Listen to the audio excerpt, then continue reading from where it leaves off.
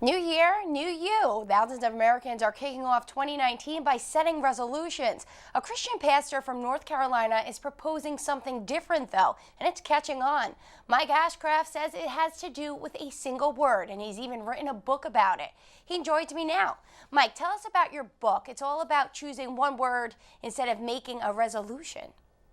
That's exactly right. I wrote the book. It's interesting enough about one word, and it took 50,000 words to write it because it's about a process and not just a promise. Most of the time when people, especially this time of year, we start to make our New Year's resolutions, and our New Year's resolutions are all about the things that we wish were different about our lives. And we typically make promises to ourselves not to do what we've always done, or that we promise will be different than we used to be.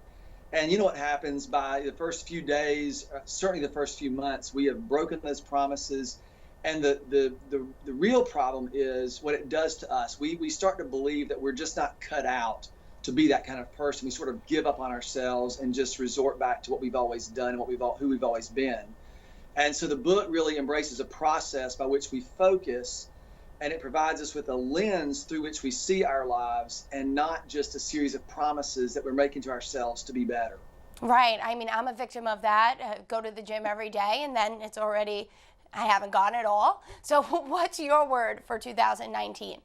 So my word for 2019 is behold. As I thought about it, it felt aggressive and it felt forward. And I was researching the word and learned that when God came to Abram in a vision, the word that was used in the Hebrew really is closely related or gets translated or inferred in the English language as the word behold. So it was a revelation, but it also comes from fixing our eyes on something and then responding to what we fix our eyes on.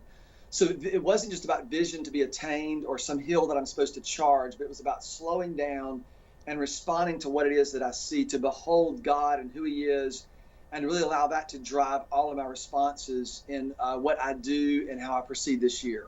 Okay, so we just want to give you some numbers. According to Forbes, even though more than 40% of Americans make resolutions, only 8% of them actually achieve them. That's what you were just talking about. In your experience, is this new way of looking at a New Year's resolution even more effective? Will I get it done if I choose one word?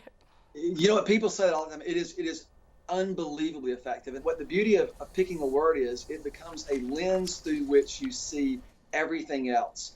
And then it allows that sense of integrity, that sense of wholeness. It also allows us, or keeps us from breaking promises. It allows us to see our failures and our struggles as a part of the process by which we become the kind of people we hope to become, and more importantly, the kind of people that God has created us to become. All right, so I have to focus and I have to pick one word, and I'll let you know what that is. All right, Mike, thank you so very much, and have a happy New Year and good luck. Thanks, you too. Thank you for having me.